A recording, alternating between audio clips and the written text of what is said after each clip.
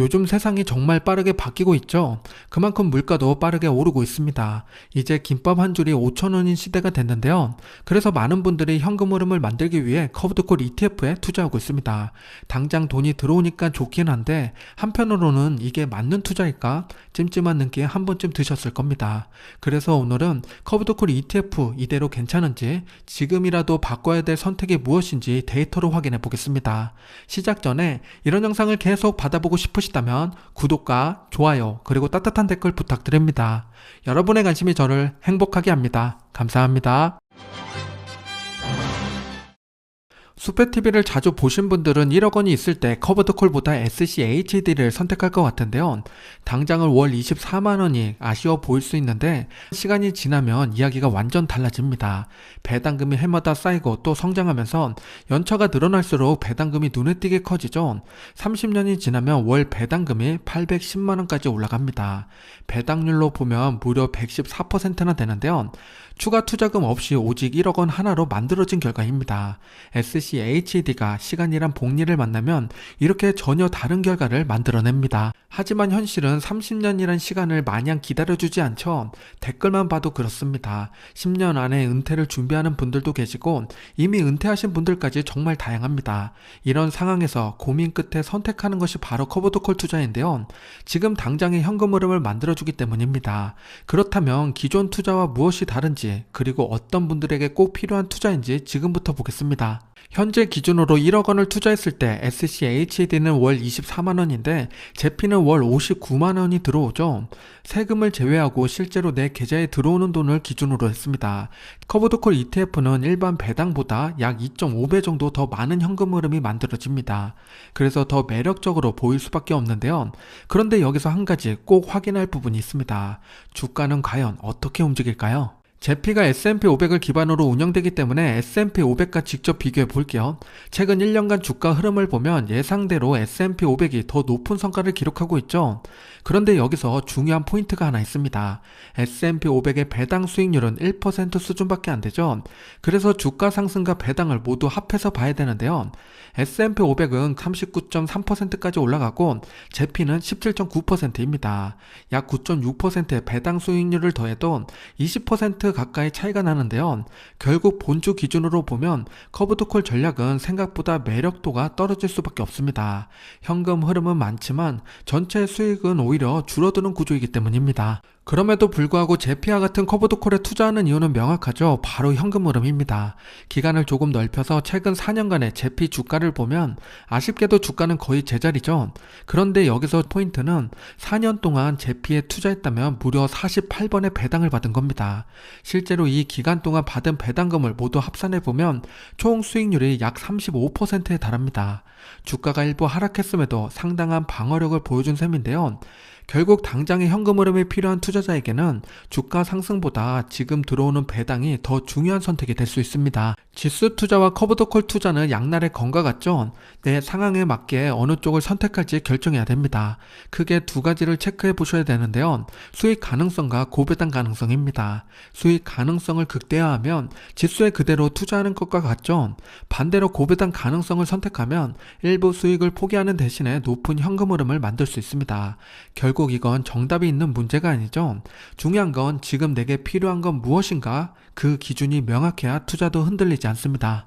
여기까지 보신 분들은 그럼에도 불구하고 현금 흐름이 필요한 분들일 텐데요. 그렇다면 이제 중요한 건 하나겠죠. 같은 커브드콜이더라도 더 좋은 상품을 고르는 겁니다. 수익률을 지키면서 현금 흐름을 극대화할 수 있는지 지금부터 국내와 해외를 모두 포함해서 커브드콜 상품을 제대로 파헤쳐 보겠습니다. 좋아요 눌러주셨죠? 바로 시작하겠습니다. 커브드콜에 처음 등장한 건 2013년입니다. 대표적인 상품은 QRD인데요. 이때는 옵션을 100% 매도하는 구조로 수익을 거의 포기하고 배당을 극대화하는 1세대 방식이었습니다. 하지만 시장의 반응은 그렇게 좋지 않았는데요. 상승장에서 수익이 막혀버렸기 때문입니다. 그런데 7년 뒤 2020년에 분위기가 완전히 바뀌었죠. JP모건에서 커브드콜 ETF를 출시하면서 새로운 흐름이 만들어졌습니다. 기준금리가 제로로 수렴하면서 현금을 흐름의 가치가 급격하게 올라간 시기였는데요. 이때부터 옵션을 100% 매도하지 않고 일부만 활용하는 구조로 바뀌었습니다. 바로 2세대가 등장한 거고 우리가 알고 있는 제피가 여기에 해당됩니다. 그리고 최근에 또 한 번 변화가 시작됐는데요. 옵션 비율을 조절하는 스프레드 구조 커브드콜이 등장했습니다. 이른바 3세대 커브드콜인데요.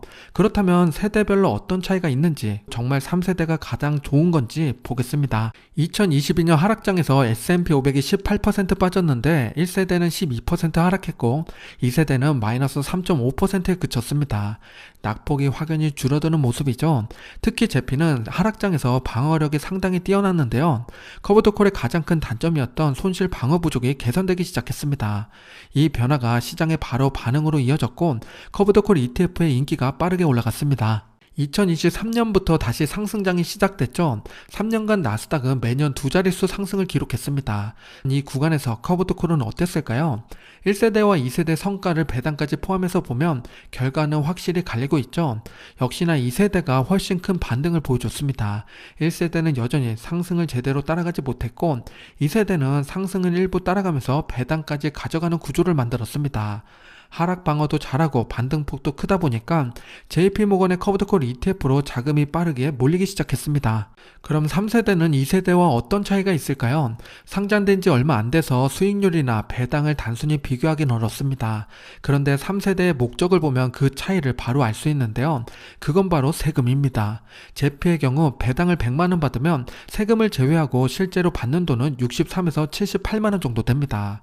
나의 소득세율에 따라서 이게 달라지게 되어 있고요. 반면에 3세대 커브드콜은 절세 구조를 활용해서 72에서 83만원까지 올라갑니다. 단순히 보면 배당금을 약 10만원 정도 더 받는 셈이죠. 여기까지만 보면 3세대가 훨씬 좋다고 볼 수 있습니다. 그런데 여기서 중요한 반전이 있는데요. 절세 계좌는 미국 기준입니다. 우리는 한국의 배당소득세, 금융소득 종합과세, 그리고 건강보험료까지 고려를 해야 되죠. 결국 한국 투자자 기준에서는 2세대와 3세대 굳이 나눌 필요 없습니다. 그렇다면 이제 가장 중요한 질문이 남죠. 미국에 상장된 커브드콜 ETF 중에서 1세대를 제외하고 2세대와 3세대 중에 지금 기준으로 가장 매력적인 상품은 무엇일까입니다.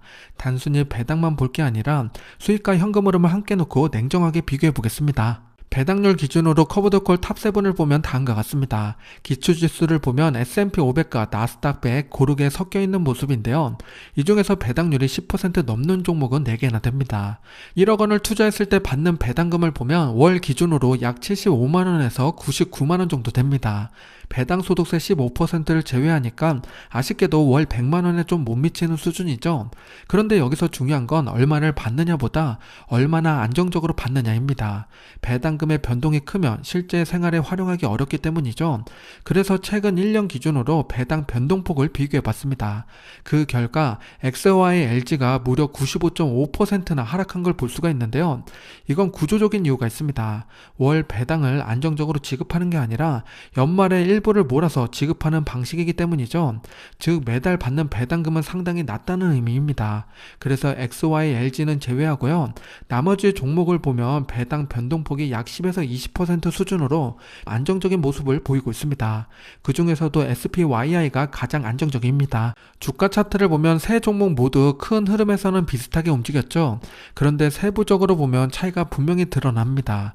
가장 성과가 좋은 건 제피큐인데요. 상승 구간에서 가장 탄력적으로 강한 모습을 보이고 있죠. 같은 커브드콜 구조지만 수익률 측면에서는 제피큐가 가장 유리한 모습을 보이고 있습니다.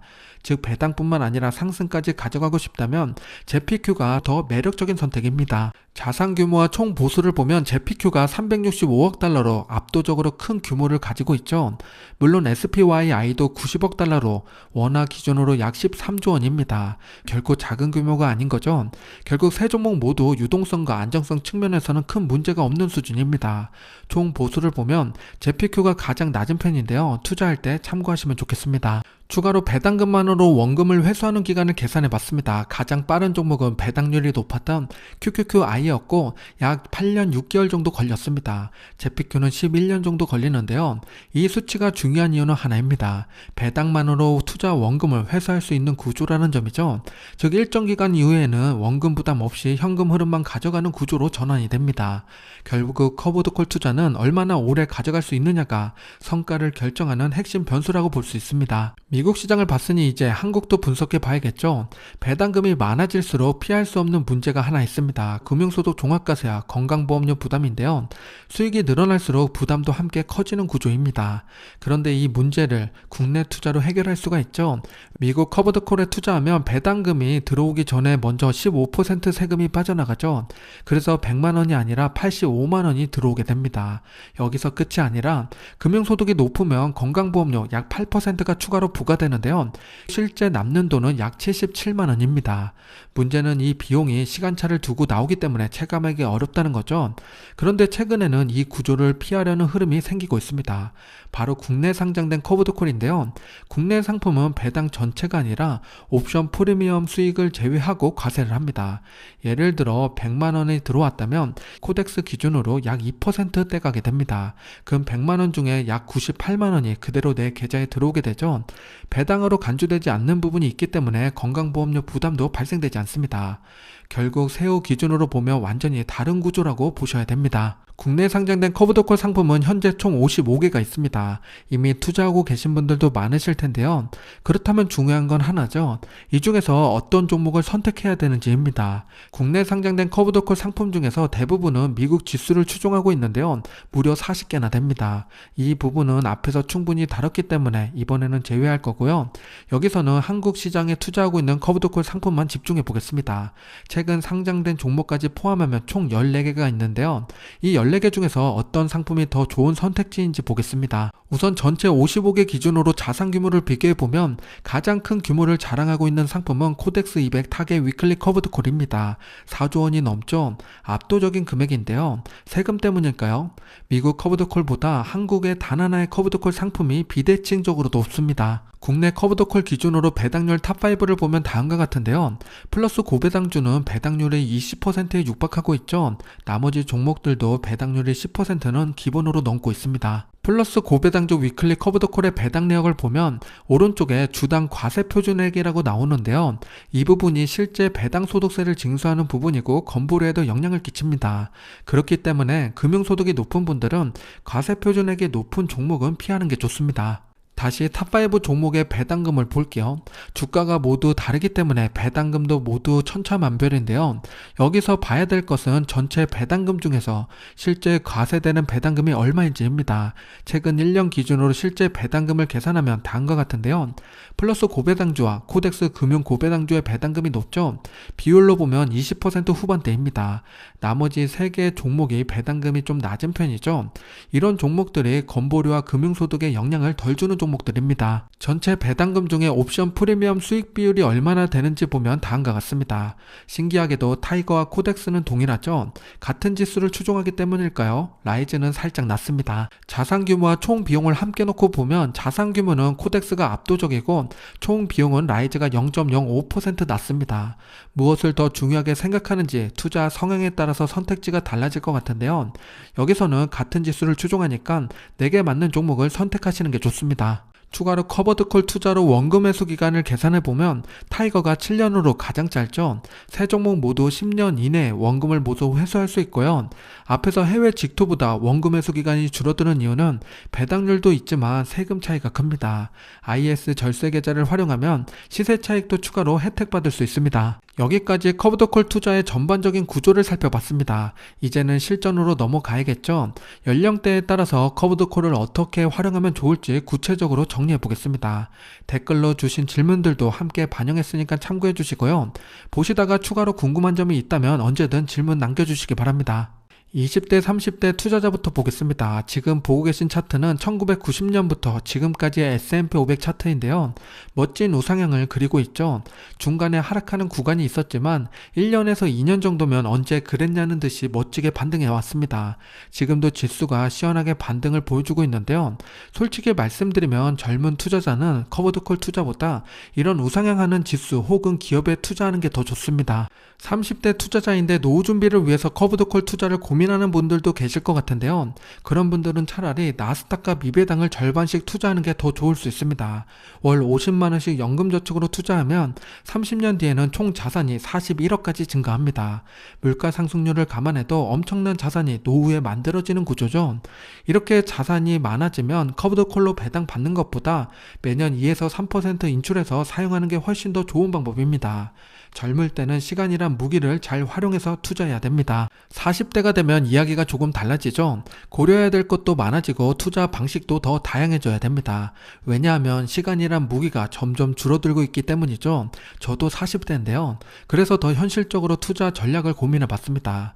지금부터 제 기준으로 어떤 준비를 하면 좋을지 실제 전략을 말씀드려 보겠습니다. 계좌를 3개로 나눠 볼게요. 첫 번째는 해외 직투 계좌인데요. 10년간 월 30만원씩 투자하면 나스닥 기준으로 약 1억 원의 자산이 만들어집니다. 그럼 50대가 되면 이 자산을 커브드콜로 전환하면 되겠죠. 초반에는 자산을 키우는 게 우선입니다. 두 번째는 IS 계좌인데요. 15년간 월 100만원씩 S&P 500에 투자하면 약 5억 원의 자산이 만들어집니다. 4% 인출 전략을 적용하면 월 187만원을 현금으로 가용할 수가 있고요. 세 번째는 연금저축이 있습니다. 목돈 1억 원을 투자하는 방식인데요. IS의 연금 전환을 활용하면 약 3년이면 연금저축으로 1억 원을 모을 수 있습니다. 미배당으로 20년간 운영을 하면 월 442만 원의 배당을 받게 되는데요. 이 세 가지가 합쳐지면 60세 이후에 월 700만 원 이상의 현금 흐름이 만들어집니다. 부족하지 않는 삶으로 이어질 수 있겠죠. 여기에 더해서 65세부터 국민연금도 나오게 되는데요. 혹시라도 이 실천사항을 모두 달성하지 못했더라도 국민연금이 부족한 부분을 채워주는 구조입니다. 50대로 넘어가 볼게요. 이때는 자산이 어느 정도 형성된 분들이 계실 것 같은데요. 그런 분들은 지금 은퇴해도 될까 이런 고민을 많이 하실 겁니다. 도대체 얼마가 있어야 경제적 자유에 도달하게 되는지 궁금하실 텐데요. 한번 계산해 보겠습니다. 1억 원이 있다면 앞에서 말씀드린 커브드콜 투자했을 때 월 배당금이 75만원에서 94만원 정도 됩니다. 100만원도 안 되는 돈으로 은퇴할 수는 없겠죠. 즉 1억 원은 절대 은퇴할 수 있는 돈이 아니란 이야기입니다. 그럼 3억 5천만원이 있다면 어떻게 될까요? 이때부터 월 배당금이 300만원을 넘게 되는데요. 배당소득세 징수하고 실제 나오는 돈이 이 정도니까 가소비하지 않는다면 어느 정도 생활할 수 있는 수준입니다. 여기서 한 가지 조심해야 될 게 바로 건보료인데요. 해외 직투 같은 경우는 연 2천만원 넘었을 때 건보료가 올라가죠. 앞에서 설명드렸듯이 국내 커브드콜은 그렇지 않습니다. 건보료까지 고려하면 배당금이 역전이 되는데요. 은퇴를 생각하고 계시다면 꼭 건보료를 검토해 보시기 바랍니다. 지금 3억 5천이 없다면 앞에서 말씀드린 40대 투자 전략처럼 연금저축 ISA 직투계좌를 적극 활용해서 현금 흐름을 만들어야 됩니다. 1년간 최대 넣을 수 있는 금액 기준으로 나열했으니까 참고해 주시고요. 계좌별 투자 우선순위를 보면 연금 IS의 직투순위입니다. 조금 더 자세한 내용이 궁금하신 분들은 오른쪽 위 링크 혹은 고정 댓글을 확인해 주시기 바랍니다. 마지막으로 60대 이상 이미 은퇴한 투자자는 어떻게 해야 되는지 보겠습니다. 우선 내가 매달 얼마를 쓰는지 금액을 알고 있어야 되는데요. 최소 3개월은 봐야 평균을 구할 수 있겠죠. 카드 하나로 생활한다면 더 쉽게 알 수 있습니다. 거기에 매달 들어오는 돈도 함께 체크해야 됩니다. 국민연금과 기초연금을 받고 계시는 분이라면 대략 100만원 정도 매달 통장에 들어올 텐데요. 매달 소비하는 돈을 감안해서 내게 부족한 금액을 계산합니다. 매달 300만원을 쓴다면 196만원이 부족하겠죠. 각종 연금과 저축으로 충당이 된다면 굳이 잉여 현금 흐름으로 커브드콜에 투자하지 않으셔도 됩니다. 차라리 지수 투자가 더 좋을 수 있고요. 추가로 나오는 연금이 없고 목돈이 일부 있다면 2억까지는 커브드콜에 투자해서 부족한 현금 흐름을 충당해야 됩니다. 나머지 금액은 성장도에 투자해도 되겠죠. 기대 수명이 80세가 넘고 있으니까 100세 시대가 곧 찾아올 수 있습니다. 앞으로 40년은 더 산다고 생각하고 투자를 하는 게 좋겠죠. 당연히 중간중간 필요하면 빼서 써도 되지만 그렇다고 현금 흐름에 포커스를 맞추기엔 아쉽습니다. 60대라고 무조건 현금 흐름만 중시해야 되는 건 좋은 선택이 아닐 수 있는데요. 나의 투자 성향과 스타일이 있듯이 소비를 충당할 수 있는 현금 흐름을 만들었다면 그 다음은 각자 스타일에 맞게 투자하는 게 좋습니다. 먼 이야기지만 80세 이상 돼서 판단력이 흐려지면 그때 지수 혹은 커브드콜 투자로 전환해도 됩니다. 요즘은 40대도 은퇴하고 60대도 새롭게 시작하는 시대입니다. 결국 중요한 건 나에게 맞는 라이프 스타일을 찾는 거죠. 그리고 그 선택이 돈에 흔들리지 않도록 투자 구조를 만드는 게 중요합니다. 오늘 영상이 여러분들의 기준을 찾는데 조금이나마 도움이 되었길 바랍니다. 잠깐 이벤트 보고 올게요. 요즘 AI 인프라에 관심 많으시죠? 반도체부터 전력까지 투자하는 분들 많으실 텐데요. 반도체 전력, 다음은 광통신이라는 말 들어보셨나요? AI 인프라의 흐름이 이제 데이터 전송 속도 경쟁으로 넘어가고 있습니다. 서버 1만 대를 한 몸처럼 연결하는 광속 네트워크가 그 중심이죠. 마침 삼성 자산운용 코덱스에서 이 흐름을 담은 신규 ETF 이벤트를 진행해서 소개해드립니다. 이벤트 대상 ETF를 10주 이상 매수하고 인증하면 되는데요. 정말 간단하죠? 추첨을 통해 300명에게 스타벅스 모바일 금액권 1만원을 드린다고 하니 가볍게 참여해보시면 좋을 것 같습니다. 이벤트 기간은 3월 31일부터 4월 30일까지입니다. 이번에도 우리 구독자분들이 많이 당첨되길 기대해보겠습니다. 자세한 내용은 아래 고정 댓글을 확인하시기 바랍니다. 지금까지 수페였습니다. 오늘 영상이 마음에 드셨다면 구독과 좋아요 부탁드립니다. 오늘도 성공 투자하세요.